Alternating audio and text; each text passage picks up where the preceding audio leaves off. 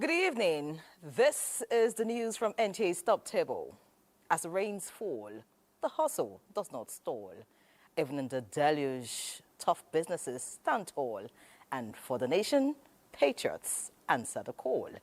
It's a season for the resilient, when the weak won't stay silent.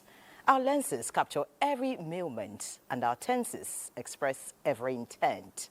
Tonight, aviation safety. Recent developments lead to questions on more enforcement arose on the tarmac, and in the cabins, a correspondent takes off and lands on the key issues.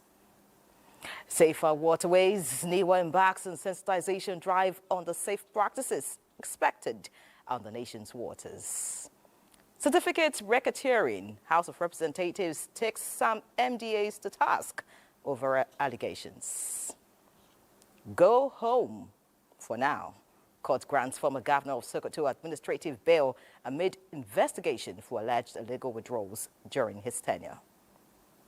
Also tonight, we will take a look at creative revenue generation drive by the federal government and the businesses thriving in the manufacturing sector with Benny Adams as our guide. And in sports, Badia Deleye, who is still spotting a black eye from the battering Nigeria received from Sudan last night in the Chan Championship, has better story to tell in the Afro Basket Championship. It's a loaded package, like we say on this shift. The proof of the pudding is in the eating. I'm Ian Ray John, and this is News Extra. Welcome.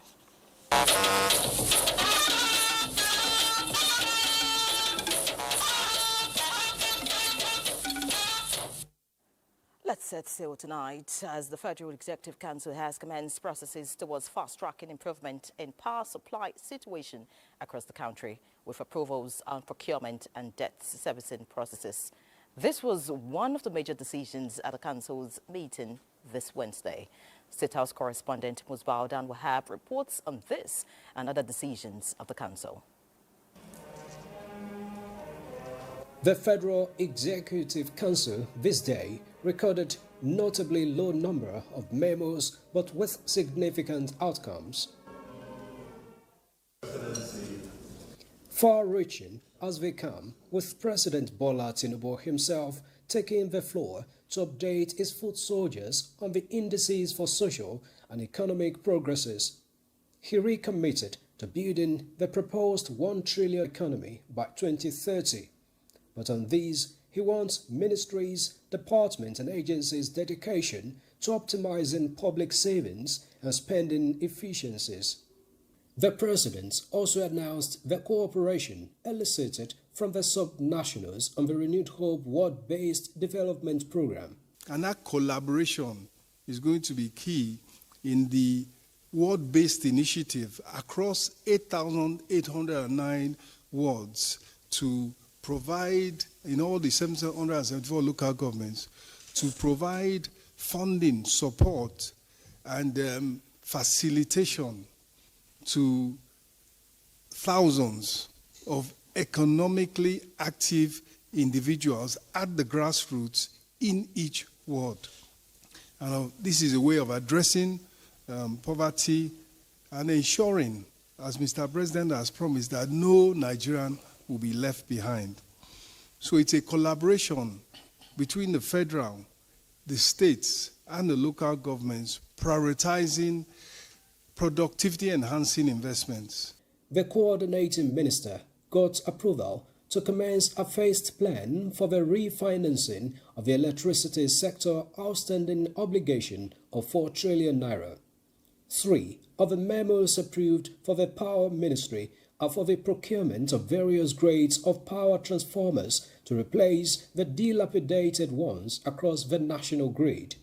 The 14 transformers procurement will cost the government more than $34 million.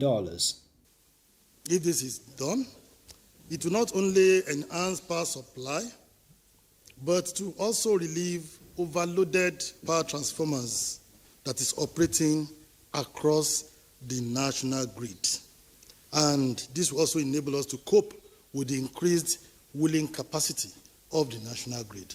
The national grid is over 50 years old, and we know that a lot of the power transformers, the cables, they are old, they are weak, so there is the necessity for us to regularly maintain the grid and replace all these old and dilapidated infrastructure.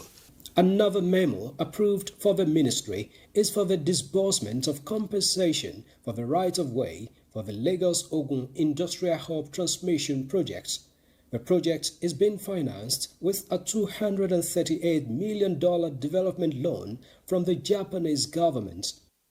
The Council equally approved commencement of a new policy towards strengthening tertiary education institutions in the country with approval of a 7-year moratorium for establishment of new federal tertiary institutions.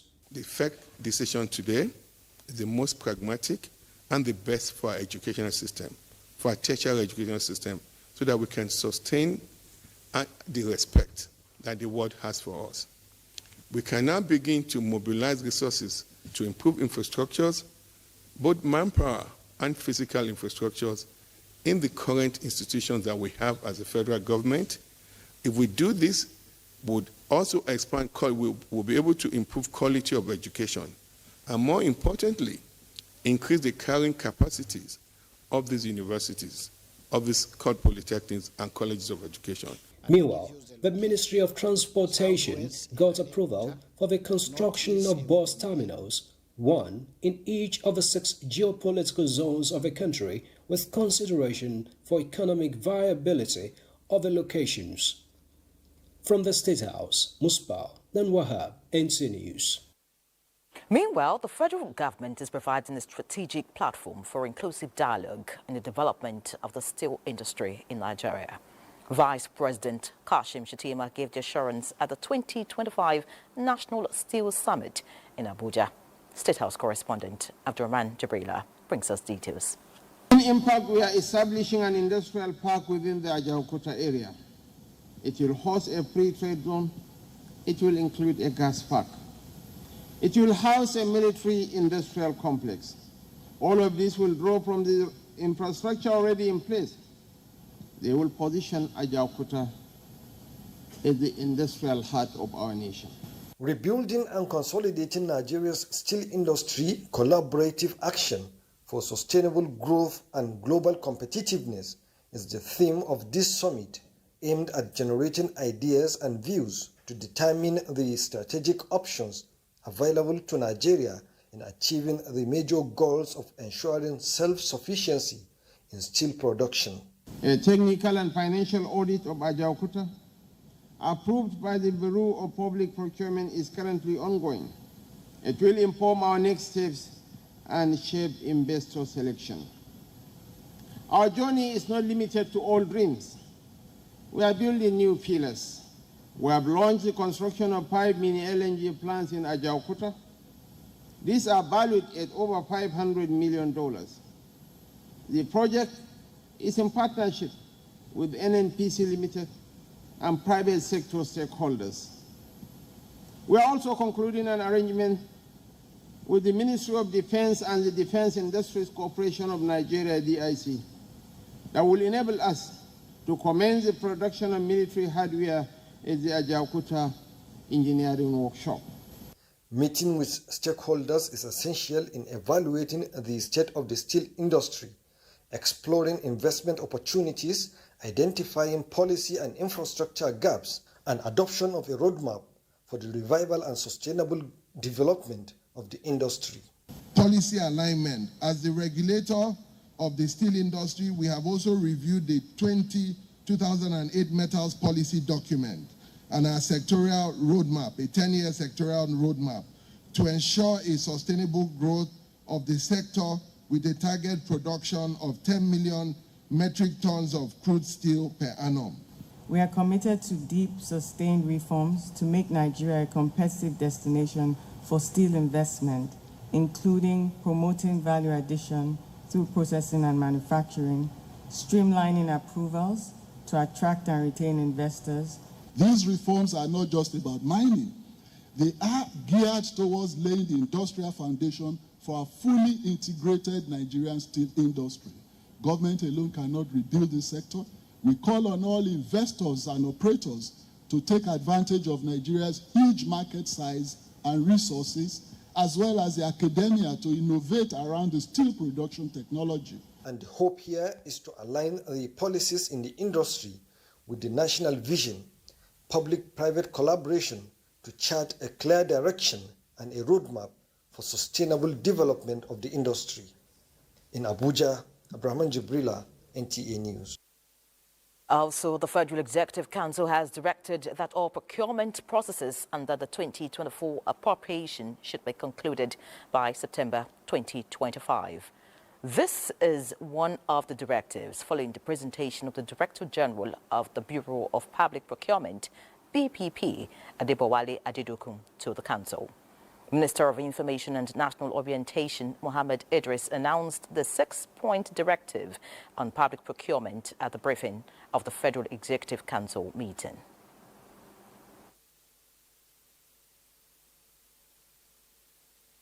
And that awards should only be made subject to the availability of funds to avoid unnecessary liabilities. The second one is that ministers are requested to forward to the BPP a comprehensive list of projects that have been awarded under their ministries and their parastatals for the 2024-2025 fiscal years for analysis and transmittal to the President's office. The third one is that ministries, departments, and agencies should give preference to made in Nigeria goods. Now, recall that the Federal Executive Council had earlier approved the Nigeria First policy, where a directive has been given to MDS to prioritize only made in Nigeria products unless and until there are situations where this, of course, is not possible. And so, further to that, Mr. President and the Federal Executive Council today considered that MDS must give preference to this, the local use of companies in the delivery of works and services. And these works, goods, and services must, however, conform to international standards and must be certified by relevant government agencies. Because we say that we want Nigeria First policy does not mean that procedures and processes will not also be followed. Other points include that ministers ensure that a significant number of their projects under the 2025 fiscal year are procured through the open competitive bidding. The Council also mandated the Finance Minister to ensure that the DG BPP is always involved in loan negotiations for infrastructural development purposes. Government-owned companies and enterprises are equally directed to always comply with the Finance Act of 2020 in their procurement processes. In other news, the House of Representatives Joint Committee on Certificate Racketeering has embarked on oversight to some agencies as a step to addressing the issues surrounding certificate racketeering among Nigerian students. National Assembly correspondent Muhammad Rabiuali reports. Cases of certificate racketeering by a Nigerian student, allegedly with the connivance of some government officials, prompted the investigation by the House Committee. The Ministry of Interior was the first port of call to assess passport and data records of students studying overseas. The essence of this interface is to rub minds and identify areas that require legislative intervention and the best way to curb the proliferation of this menace in our institutions and take decisive steps towards protecting integrity of Nigerian education system.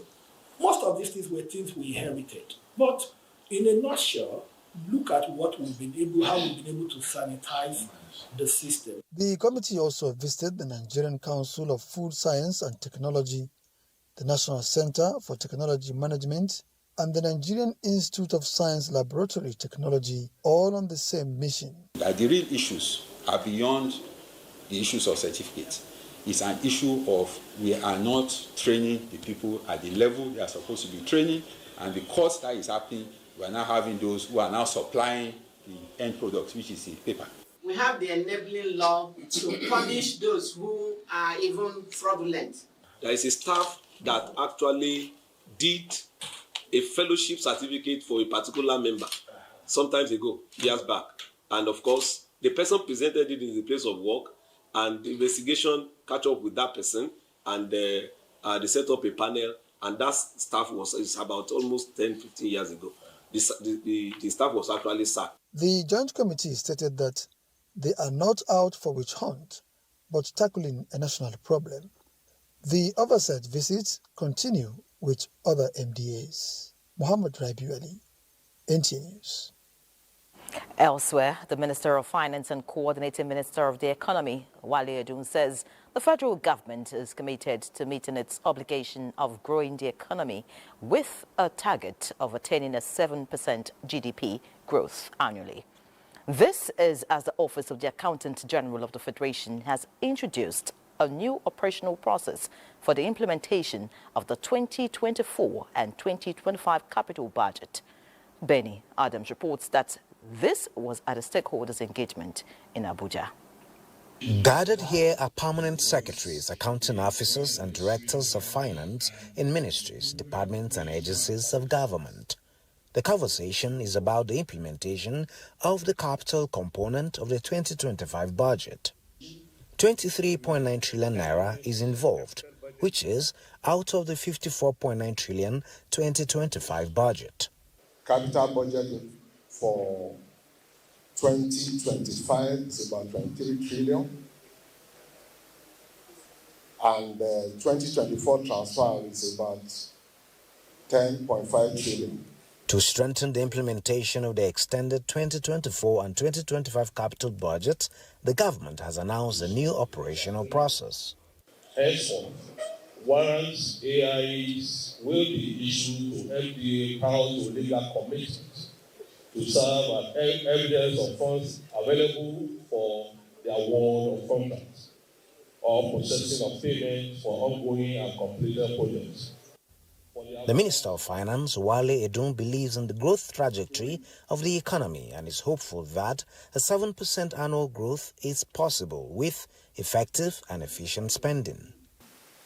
The economy is growing at about 3.5%, which is above population growth, but that's not the target. The target is to at least double population growth, get to about 7% per annum consistently with rapid, sustained, inclusive growth, then millions of Nigerians will be lifted out of poverty. According to the new guidelines, commencing from third quarter of 2025, the Office of the Accountant General of the Federation will prepare a quarterly cash plan for cash management, while the Minister of Finance approves warrants for contracts. In Abuja, Benny Adams, NTA News. In a move for Nigeria's infrastructure development, a memorandum of understanding has been signed for the development of an integrated gas and high-speed rail network. This ambitious project promises to transform the nation's energy sector and revolutionize transportation connectivity across the country. Shehu Muhammad Dati reports. Combining cutting-edge rail technology with gas infrastructure, the project aims to boost economic growth, enhance energy security, and improve the movement of people and goods.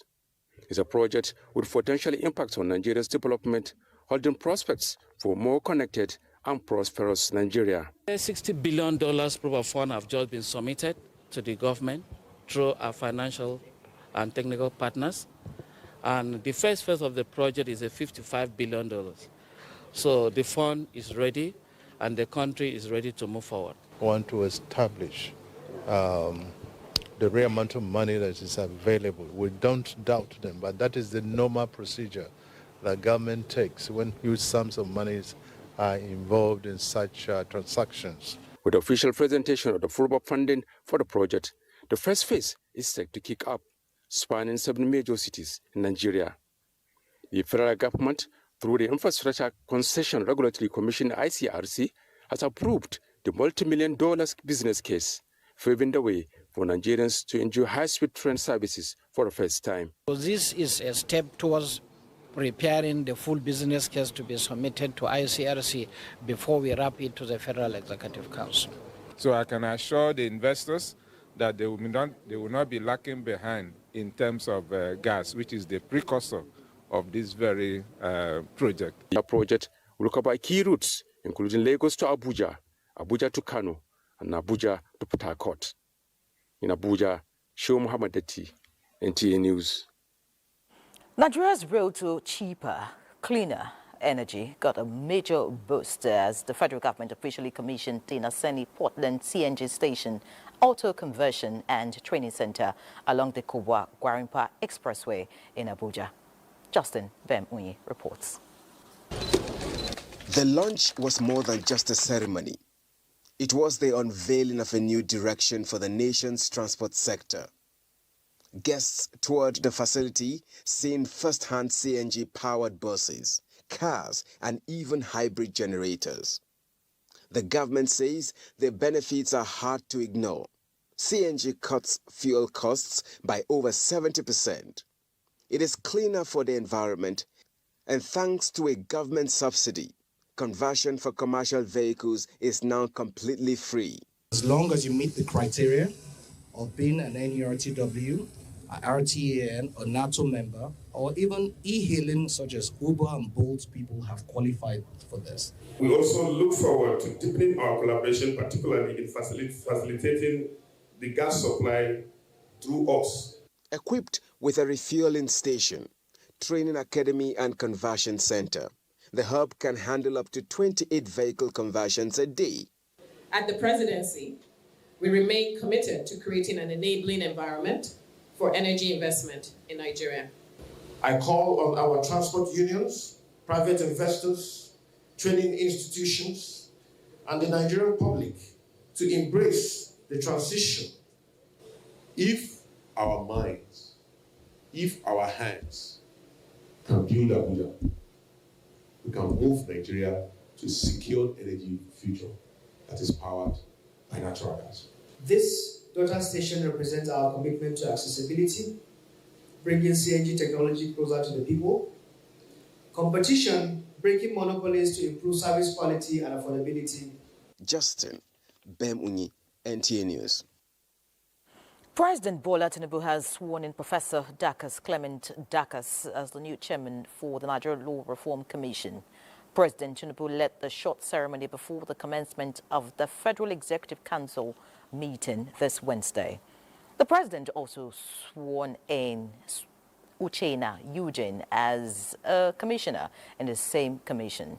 The new chairman, Professor Dakas, promises to launch an immediate process to update some outdated laws in the country. We will work with the National Assembly at this initial stage in the context of the ongoing constitutional review exercise. And we will also be deliberate about identifying and proposing for reform some of the very obsolete laws that we have.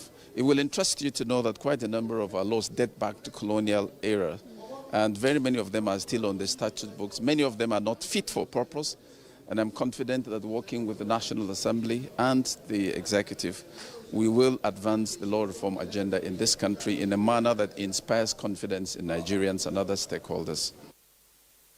State House correspondent Musbah Odanwahab reports that the council members also observed a minute silence in honor of a two-time member, Audu Ugbe, who passed on last week.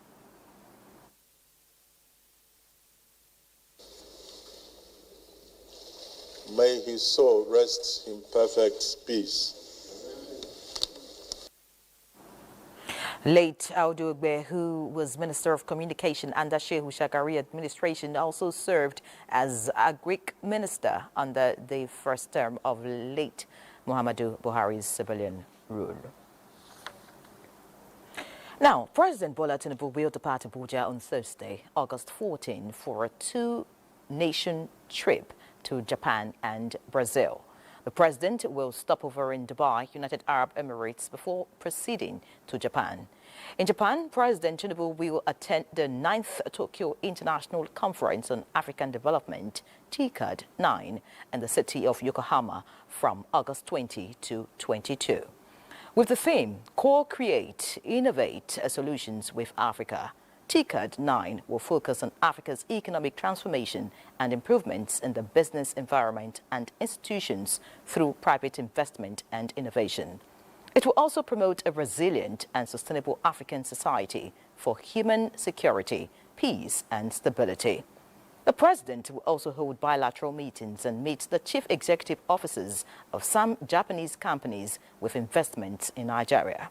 At the end of TICAD 9, President Tinubu will leave for Brasilia on a 2-day state visit from Sunday, August 24 to Monday, August 25. This follows an invitation by the Brazilian President Luiz Inácio Lula da Silva.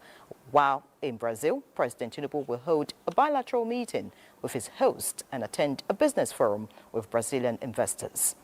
Key ministers and senior officials in his delegation will explore opportunities to strengthen cooperation and sign agreements and memoranda of understanding with the Brazilian government.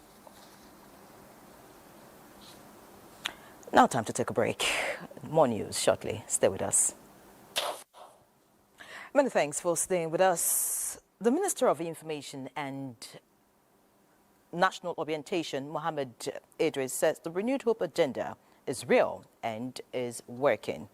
The minister disclosed this at a parley with media executives and influencers in Enugu as part of activities to commence the 3-day citizens engagement and 12 federal government projects in Enugu and Ebonyi states in the southeast. Correspondent Salihu Abdullahi Gwanara reports that the minister was represented by the Permanent Secretary, Federal Ministry of Information and National Orientation, Chinaza Ogbodo. The team embarked on this enlightenment and is made up of officials from the Federal Ministry of Information and National Orientation and its agencies, members of the National Communications team, and other critical stakeholders. The Minister of Aviation and Aerospace Development, Festus Keyamo, announces decisive resolutions on the recent incidents involving Ms. Comfort Emerson and music icon Wasiu Ayinde Marshall, popularly known as Kwam 1. Over the past 48 hours, the minister has engaged in consultations with critical stakeholders in the aviation sector and individuals involved in the unfortunate incidents and came up with some decisions. In a statement, the minister conferred with Ibom Airline to withdraw its criminal complaints against Comfort Emerson and to be released from Kirikiri Correctional Facility within this week.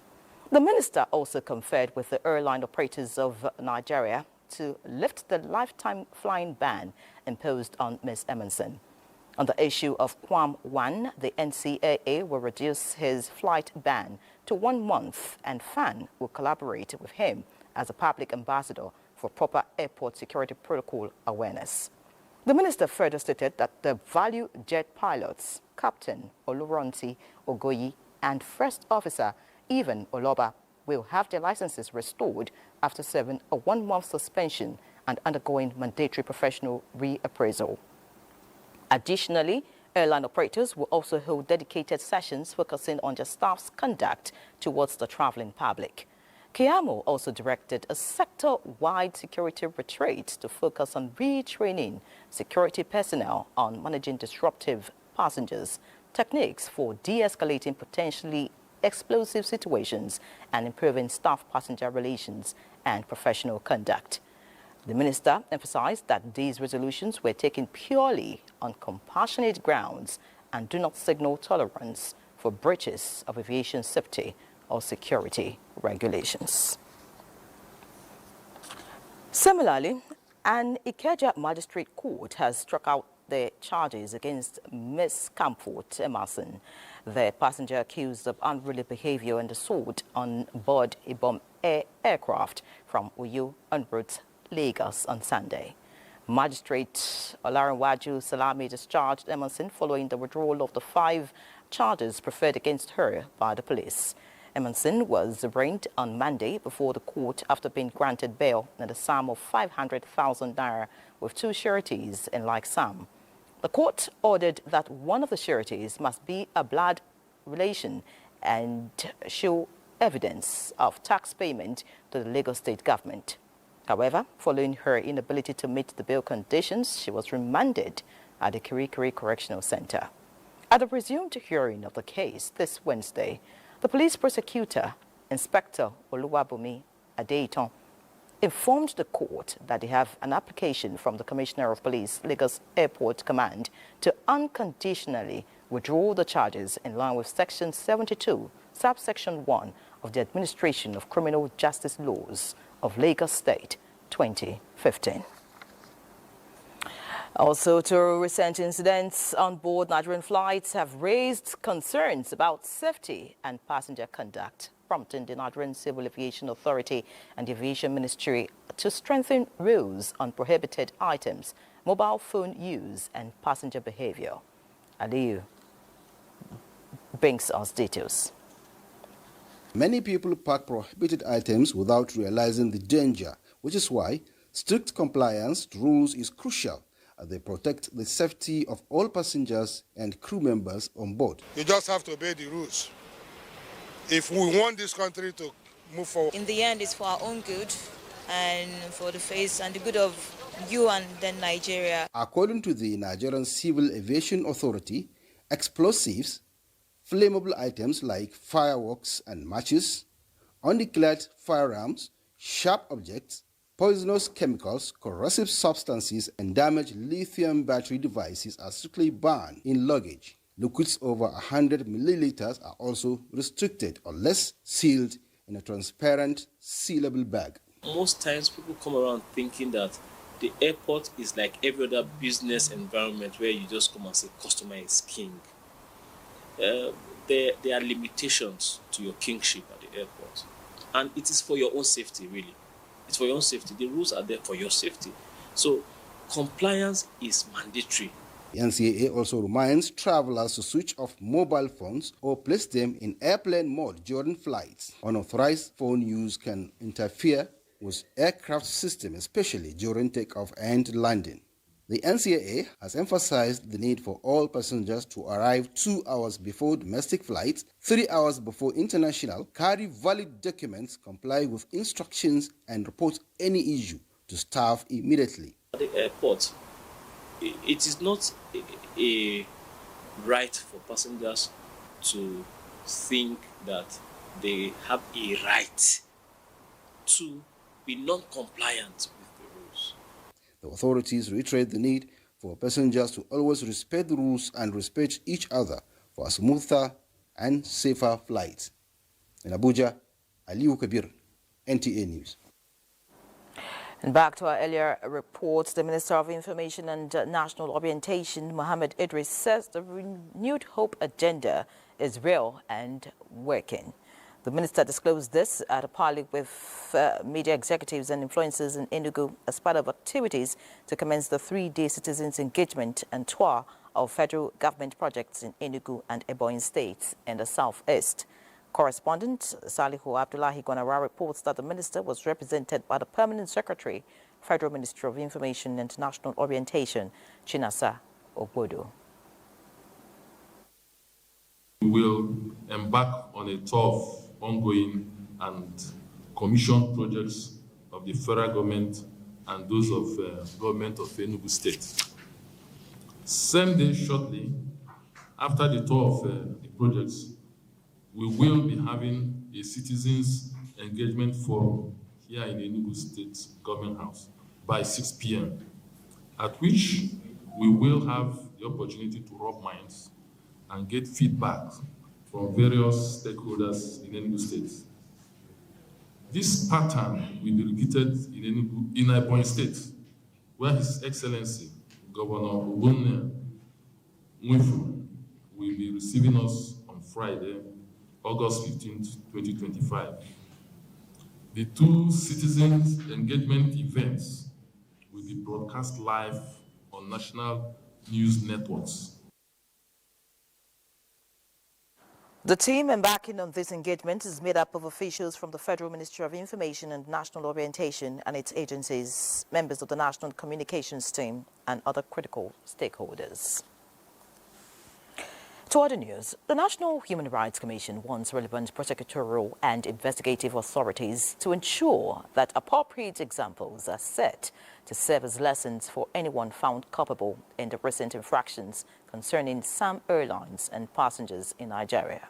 Executive Secretary of the Commission, Tony Ojukwu, SEN, stated this in an advisory note to the Federal Ministry of Aviation, Federal Airports Authority of Nigeria, the Nigerian Civil Aviation Authority, the Nigerian Police Force, Nigeria Correctional Service, and social media platforms, in pursuant to the National Human Rights Commission Amendment Act 2010.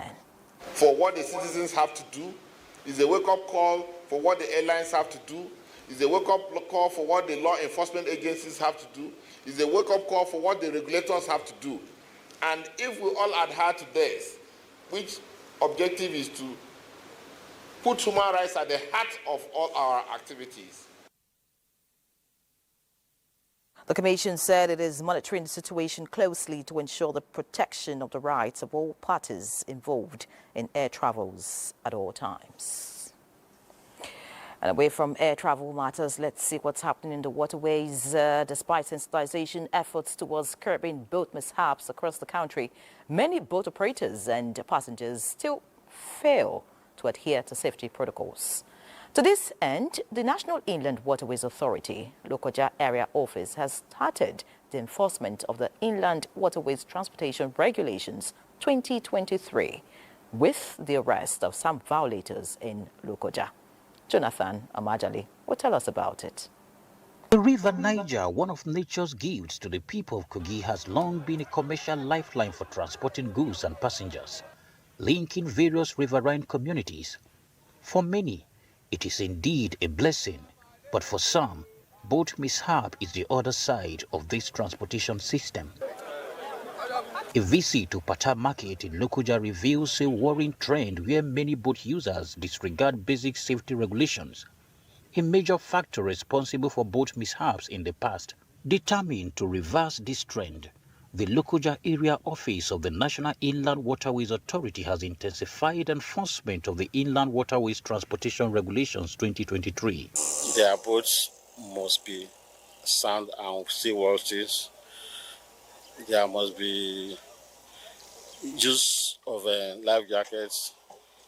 The regulations frown at overloading, and also ensures that the operators are licensed to work. Adherence to safety protocols saves lives on the waterways. But beyond sensitization campaigns, it is time to go hard on those who choose not to comply. And that's exactly what NIWA is doing to drive home the message. We have gone on radios and televisions to sensitize the people on the need for the use of life jackets.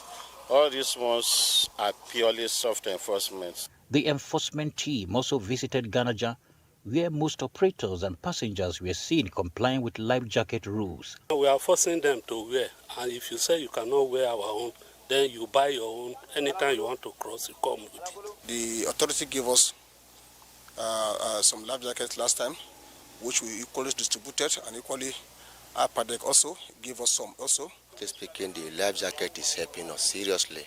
NIWA's area manager knows that the authority and its partners have regularly distributed life jackets, but urges boat operators to take responsibility by procuring their own. In Lokoja, Jonathan Omajali, NTA News. Many thanks, Jonathan. In other news, the Economic and Financial Crimes Commission has granted administrative bail to the former Sokoto State Governor, Aminu Tambuwal, a day after detaining him over alleged fraudulent cash withdrawals totaling 189 billion naira. Tambuwal, a senator representing Sokoto South in the National Assembly, was freed after meeting his bail conditions. He had honored an EFCC invitation on Monday, arriving at the Commission's Abuja headquarters at about 11:30 a.m., where he was interrogated and detained overnight.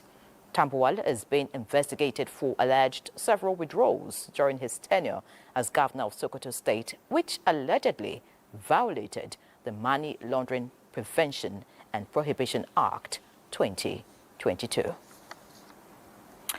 Let's see what's happening in Jigawa State now, as Governor Malam Umar Namadi has charged young people across the state to steer clear of drug abuse, thuggery and other social vices, warning that such acts undermine education, the economy and societal progress. At the International Youth Day celebration in Dutse, Governor Namadi praised the role of youths in promoting democratic governance and driving development across various sectors. Muhammad Musa Askira reports. He noted that empowering young people is key to building a stronger society, highlighting several youth-focused policies of his administration, especially in job creation. The governor congratulated the newly elected leadership of the Nigerian Youth Council, Jigawa State Chapter, pledging moral and institutional support for their programs. Governor Namadi was also honored by political groups, including the MOE Forum, for what they described as his visionary leadership. Negative tendencies and influences, particularly social vices, in any form. I call on all stakeholders, government, private sector, civil society, and communities to continue working hand in hand to nurture the dreams of our youth. In a related event, the governor flagged off the distribution of 287 motorcycles to councillors across the 27 local government areas to boost mobility and efficiency in discharging their constitutional duties at the ward level. The governor reaffirmed his administration's commitments to fostering youth development and enhancing grassroots governance in Jigawa. Muhammad Musa Askira, NTA News. It's time off for drug traffickers, says the National Security Advisor, Nuhu Ribadu, who has given full backing, including welfare and administrative support, to the National Drug Law Enforcement Agency, NDLEA, to go hard on illicit drug traffickers across the country. Salwa Khalil Ibrahim will tell us more. Drug abuse is a major security threat. And while NDLEA is taking practical steps to stem the tide, the dealer is also coming up with more deceptive steps to continue in the illicit business. And so, the fight against illicit drug abuse is never ending, and the authorities are going harder on offenders, and this time around with the backing of the National Security Advisor, Malam Nuhu Ribadu, and the Chief of Defense Staff, General Christopher Musa, as well as the Attorney General and Minister of Justice, Lateef Fagbemi. The NDLA has consistently demonstrated courage, professionalism, and resilience in confronting the threats posed by drugs and substance abuse in very challenging circumstances. The fight against illicit drug is such that we don't have to be a step ahead of criminals. We must be several steps ahead of them. Because of the unworthy, rewarding nature financially of these activities, NDLA will continue to receive the full backing of the Office of the National Security Advisor. And with the support of security, law enforcement and intelligence agencies, we will continue to dismantle the networks that profit from drugs and work towards a safer and more secure Nigeria. And to further strengthen its operational capabilities, strategic commands and formations were empowered with 48 new vehicles, a milestone made possible by the President Tinubu's strategic support to the agency. The President has prioritized national security and stability, institutional reform, and the safety of every Nigerian life. That trust motivates us to deliver even more. Meanwhile, 15 senior officers were promoted for their loyalty, dedication, and commitment to duty, and decorated with their new ranks. This motivation signals more commitment in the fight against drug traffickers. In Abuja, Salwa Khalil Ibrahim, NTA News. In other news, the Nigerians in Diaspora Commission, NIDCOM, looks forward to a partnership with African Cultural Festival, ACF 2025, to host the African Diaspora Summit in September in Pennsylvania, USA. A statement by the Commission indicates the event, supported by the government of Pennsylvania and the Dauphin County Commissioners, will unite global leaders, creatives, entrepreneurs, and policy makers under the theme, Africa to the World, Culture, Creativity, and Collaboration. Chairman NIDCOM, Abike Dabiri, describes the summit as a platform to harness diaspora expertise, promote youth and women empowerment, and advance Africa's creative economy as a driver of innovation and stronger global ties. She notes that it will also present Nigeria's vibrant creative sector, forging strategic partnerships that align with the nation's economic and cultural development goals. Billions gained, but challenges remain. That's the verdict from the Federal Mortgage Bank of Nigeria 2025 Management Strategy Retreat, where leaders pledge to close performance gaps, streamline processes, and turn strong financial results into real housing solutions for Nigerians. Musa Abubakar has this. In the serene setting of Zuma Rock Resort, Suleja, senior executive of the Federal Mortgage Bank of Nigeria, gathered for their 2025 Management Strategy Retreat, a crucial moment to reflect, review, and reimagine the future of housing finance in Nigeria. For Managing Director and Chief Executive Shehu Usman Osidi, the mission is clear: process re-engineering for optimal performance. We will rejig our 5-year strategic blueprint, aligning it with current realities, regulatory conditions, and emerging opportunities. Targets must be realistic but ambitious, and everyone here should leave knowing their specific role in achieving them. Since the last retreat, the bank has posted impressive gains, surplus rising from 4.9 billion naira in mid-2024 to over 13 billion naira by mid-2025. National Housing Fund collections up by over 70% in the first half of the year, and 18.9 billion naira recovered from delinquent loans. This retreat is not just an exercise in rejigging our strategy plan or process optimization. It is about positioning our bank for long-term success. But the journey is far from over. Persistent challenges in the loan portfolio quality, project monitoring, and process bottlenecks remain on the table.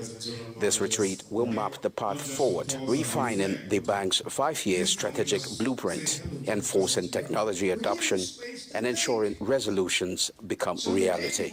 With a renewed focus on efficiency, transparency, and impact, the Federal Mortgage Bank of Nigeria aims to deliver not just houses, but hope. In Abuja, I am Musa Abubakar, NTA News.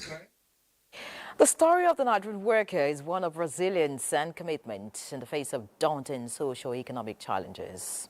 Yet, for those in the private sector, the struggle is even more unsettling. In this report, Ignatius Nkor examines their plight and the extent of intervention by regulatory bodies. They are the hands behind your favorite products, the voices on the other end of customer service, the manpower behind production of goods and services. Yet, many of them work in silence, in fear and in pain. I've had experience like where people, even not only me, some of other people complaining, people using like working very hard for people working in private and their benefit just low. They are not getting what they deserve from the company. Sadiq is a baker. His experience with his former employer was that of despair. A number of workers in the private sector face a harsh and uncertain reality. Job security is a myth. Maternity leave is a gamble, and many receive salaries that haven't changed in years. In the public sector, rules are clearer, salaries are backed by budgets, workers are unionized and backed by the government civil service protections.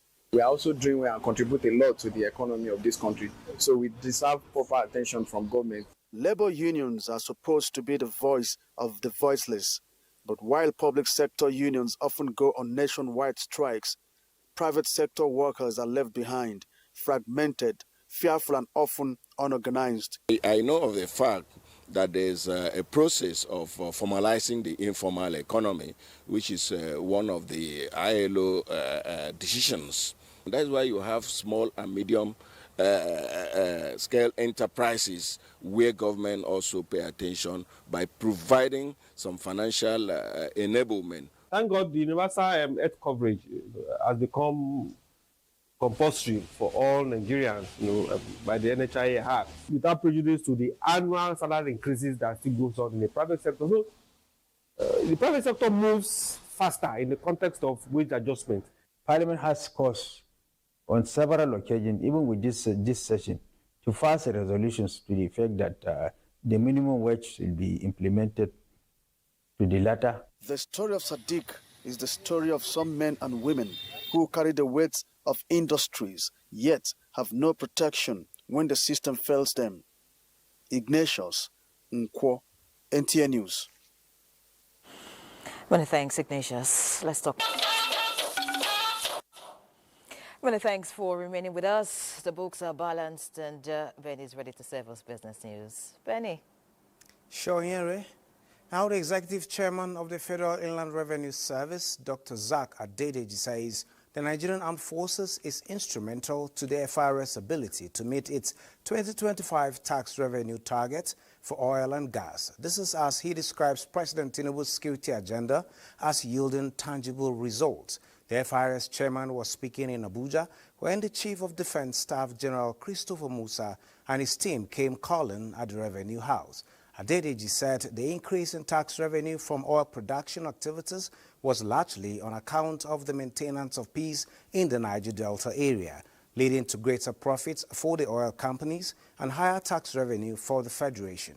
A statement by Daria Adekombi, Special Advisor on Media, quoted Adedeji as saying the development is in line with President Tinubu's avowed commitment to taxing prosperity and not poverty. The FIRS chairman pledged to support the forthcoming African Summit for Chiefs of Defense Staff to be hosted by Nigeria in Abuja. General Musa commended the management team of the tax agency for rallying resources for the country to meet its needs and fund the operations of the armed forces. And now look at energy. The oil prices edged lower on Wednesday after the International Energy Agency noted supply overtaking demand this year, while investors awaited Friday's meeting between the U.S. President Donald Trump and Russian President Vladimir Putin. Let's take a look at the numbers from oil and gas to agri-commodities at this time.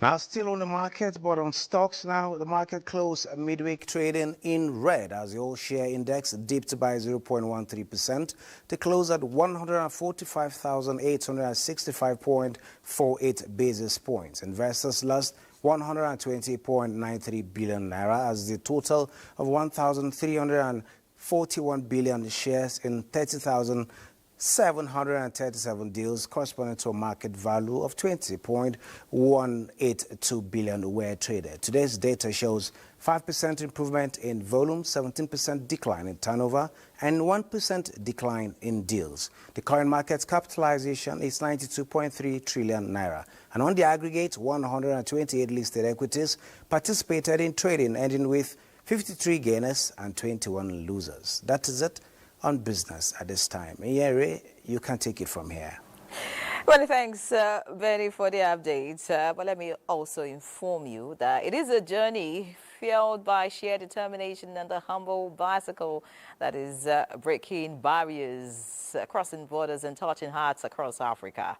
Now, from the bustling streets of Ivory Coast to the southern tip of South Africa, Ivorian adventurer Yasmin Dawara is pedaling her way into history. Her mission: to inspire, unite, and showcase the continent's beauty through the power of the pedal. Our Yusuf Jibo was at the Lagos stopover to share her story of courage, connection, and continental pride. From the shores of Abuja to the heartbeat of Lagos, Yasmin is here. The solo cyclist on an epic ride to Cape Town has just arrived in Nigeria's commercial capital.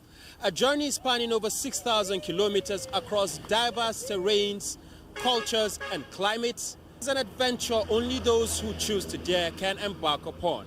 What inspired her, we will find out. I was inspired by the conviction that I found in a lot of young people who are trying hard to be change makers in the community. And I felt like there is also another talent within me that could serve differently, that could be remarkable.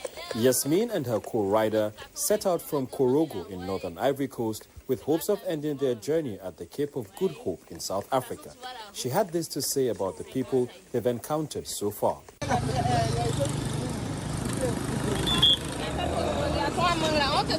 According to Yasmin, she is hopeful that her efforts will inspire millions of African youth to step out of their comfort zones and make a difference. My message right here is to keep believing, but to work on this dream.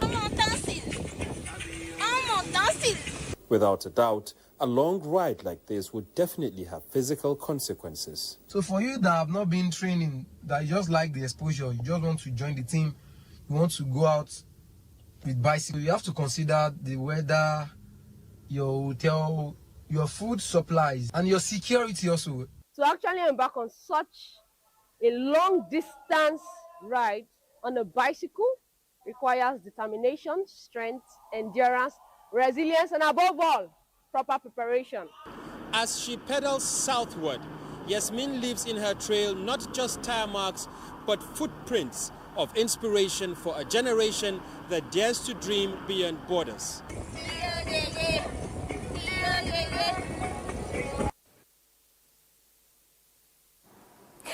Beautiful to watch. Yasmin, we wish you the very best. Of course, I would try that. Anyways, let's look at other news now. MacArthur Foundation has donated 10 units of laptop computers to the News Directorate of the Nigeria Television Authority to enhance its routine operations. Vice Chancellor, Federal University Kashere, Professor Umar Apate, who made the donation, said it is in collaboration with Bayero University, Kano. Yusuf Jika reports. The Television Authority is sustainably growing and fast catching up with evolving technology, and this feat is attracting academic doyens across Nigeria tertiary institutions to add value to the operations of the largest TV network in Africa, the NTA. 10 laptop computers are the latest donations from these visitors, and the Director General of the NTA, Saliu Abdulhamid Dembos, said the facilities are critical in driving digital reforms in a broadcast ecosystem. For people like me that also grew through the NTA system, there's nothing we can do to sufficiently compensate for all the goodness that NTA gave us. But in our own small ways, and wherever we are able to get some opportunity, we always try to remember NTA.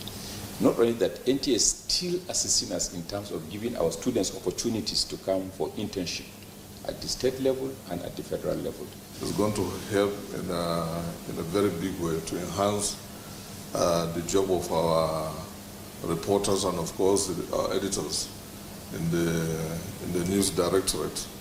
And I want to assure you that we'll make good use of the equipment. Earlier, the Director General, represented by the Executive Director of Special Duties, received an award from the Green Economy Alternative Nigeria, where the two organizations pledged commitment to safe and productive environments. The idea is about nutrition food crop and the domestication of it in the country. We've been chosen as an ambassador for, nutrition crops. I think this is one way to go, and there's no better time to amplify my voice to ensure that initiatives like this are being promoted. In Abuja, Yusuf Jika, NTA News. President Bola Ahmed Tinubu, GCFR, has approved the renewal of Alhaji Abubakar Sadiq Yelwa's appointment as Managing Director and Chief Executive Officer of the National Hydroelectric Power Producing Areas Development Commission in Hyperdeck for a second and final 4-term year. This appointment aligns with Section 93 of the Electricity Act 2023.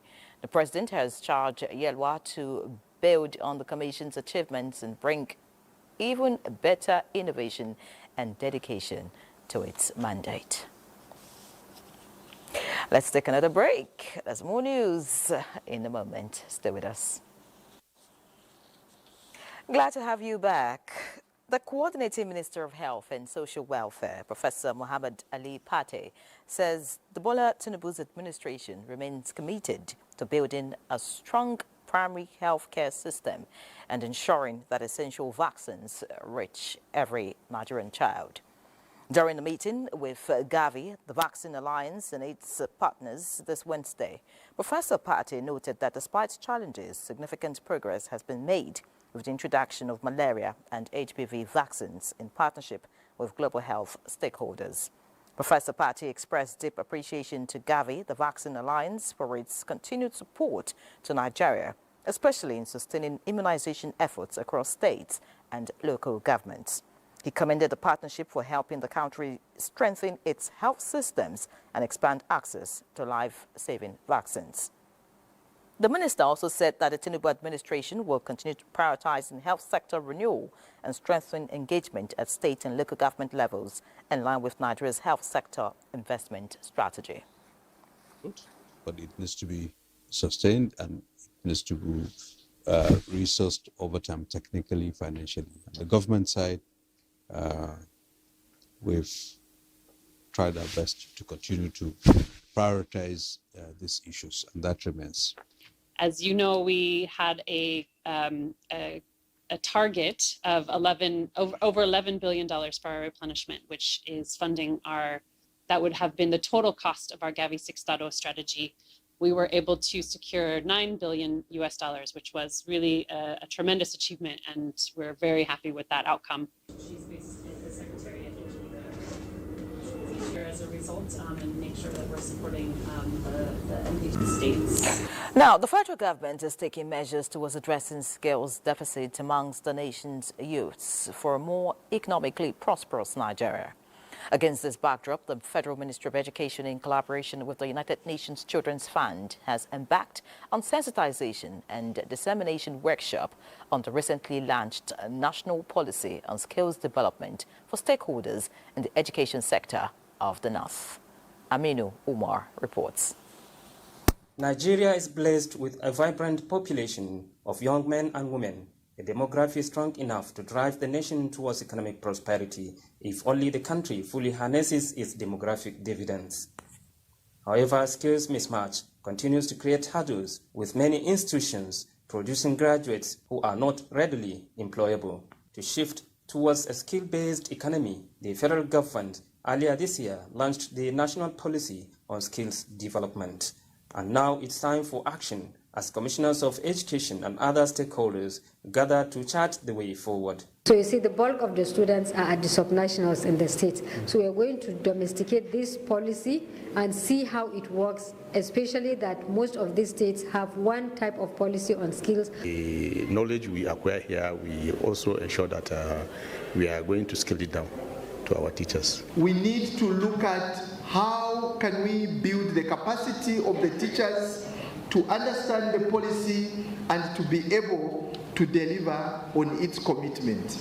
To ensure timely implementation, the Minister of State for Education, Professor Sweba Said Ahmad, has directed that progress be closely monitored at subnational levels. The Federal Ministry of Education, in line with the necessary objective, will continue to provide necessary support and guidance, collaborating with you to develop state-specific implementation plans and monitor progress for accountability. The new policy identifies 29 core and secondary skills to be integrated into both formal and non-formal education systems.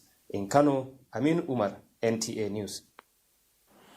Chiefs of Defense Staff from Mali, Niger, and Burkina Faso are among 54 African Chiefs of Defense Staff to attend the Chiefs of Defense Staff Conference in Nigeria. The Chief of Defense Staff General Christopher Musa announced this at a news conference preparatory to the maiden conference scheduled to hold in August 2025. We're going to have a template that for this region, these are the challenges, and then for Africa, how do we holistically address our security challenges? So it's going to be a win-win thing for us. And besides that, it's going to improve on our relationship together, both diplomatically and militarily. More shared ideas. And despite the fact that those 3 African countries are not with us, they still attend our courses. We still do exercises together. We conduct operations together. And so this is a part of it to enhance. So it's a win-win thing that we want to encourage. And Bola Tinubu is to serve as special guest of honor and declare the event open. Now, to put in perspective various policies, programs and activities of government, as well as to intensify sensitization and awareness campaign to engender national rebirth, the National Orientation Agency, NOA, is embarking on a nationwide reorientation with focus on 5 thematic areas. Kenneth Nanim reports that the Director General of the agency, Larry Issa Onilu, unveiled the campaign expected to last for 2 weeks. For Nigerians to appreciate gains of economic reforms by the current administration, the agency explains that national enlightenment on government policies, programs and activities has become imperative. National campaign on the Nigerian Identity Project and the need to accord respect to national symbols are also part of the 5 thematic areas the agency is paying attention to. We will bring accurate, accessible information on key government initiatives, from the student loan to credit corp to the tax reform to all actions that have been taken to strengthen our economy, the subsidy removal, the parity in the foreign exchange. Other areas include national security awareness and sensitization campaign that will help improve security consciousness amongst Nigerians. Our democracy thrives only when citizens are informed and actively engaged. Our communities are safer when citizens are alert and are cooperative. Our youth flourish when guided by the right values. Our heritage endures when we uphold our symbols and identity. National values reorientation for students of secondary and tertiary institutions against extreme practices and the need for the younger generation to imbibe morals and ethical conducts are also part of the campaign. The agency is also leveraging its partnership with the media to carry out flood mitigation awareness campaign, while reactivating all its platforms to ensure that the campaign is also driven in the Nigerian languages. Kenneth Nanim, NTA News. Another break is due. Please stay with us. Thank you for remaining with us. The military junta in Mali seems to be working twice as hard to balance power as 2 former prime ministers have been arrested. And as the countdown to the summit in Alaska between President Donald Trump and President Vladimir Putin of Russia has been anticipated, Zelensky and European leaders stand their grounds. Kolo Mohammed will bring us details of these and other stories trending in the foreign scene.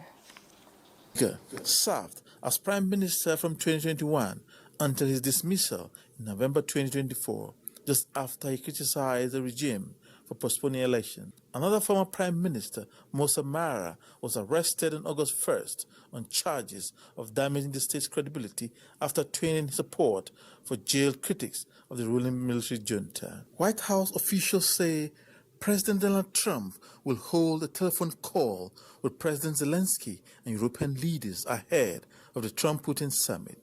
This comes as the White House say Friday's meeting with Russian President in Alaska will be a listening exercise for President Trump. A call to hold between President Zelensky and European leaders with President Trump indicates that the Alaska summit remains bilateral between President Donald Trump and President Putin as against an anticipated trilateral summit. In other news, as the war in Ukraine rages, the more President Putin has come to rely on support from North Korea. First, Pyongyang sent ammunition, then soldiers. Now it's sending thousands of construction workers to help fill a huge labor shortage created by the war in Ukraine.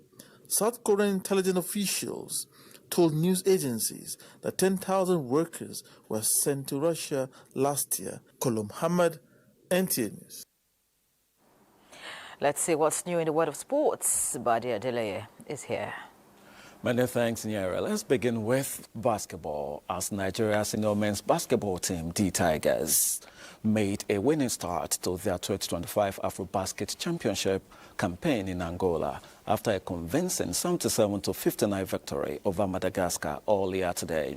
Caleb Agada led from the front for more round display, finishing with 22 points, 7 rebounds, 2 assists and 3 steals. Stan Okoye chipped in with 13 points, while Okenwamu added 13 points with the trio's experience, proving the pivotal factor to the team's victory. With the win, the Tigers now turn their attention to their next game against defending champions Tunisia on Friday, followed by a crucial matchup against Cameroon on Sunday.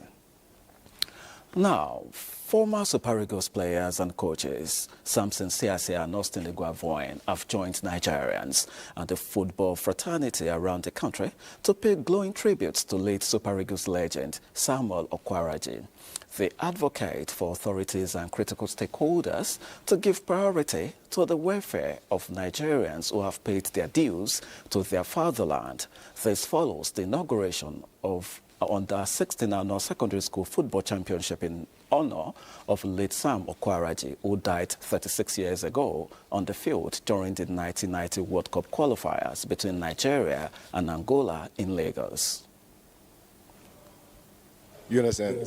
We have to be prepared for things like this to happen, even though it never happens every time, but we have to be more prepared than what we did on that day. I think it's kind of a warning to us that we can say, represent a country. Anyhow, any way you represent a country, defend that Nigeria flag, green, white, green. I think the federal government should find a way to see not only immortalizing people, but there should be a reward, kind of a benefit that people will say yes. And of course, the curtain raiser for the European League football season, the UEFA Super Cup, has just ended between Champions League winners Paris Saint-Germain and Europa League winners Tottenham. Tottenham were 3 minutes away from a famous 2-1 victory, but PSG equalized in the 93rd minute to send the game to penalties. PSG, despite losing their fourth spot kick, went on to claim a 4-3 shootout win to lift their first trophy of the season. That does it on Sports Tonight. Let's return to Nya. Many thanks, Buddy, for the update. And that's it on News Extra tonight. Many thanks for being a part of it. Do have a good night.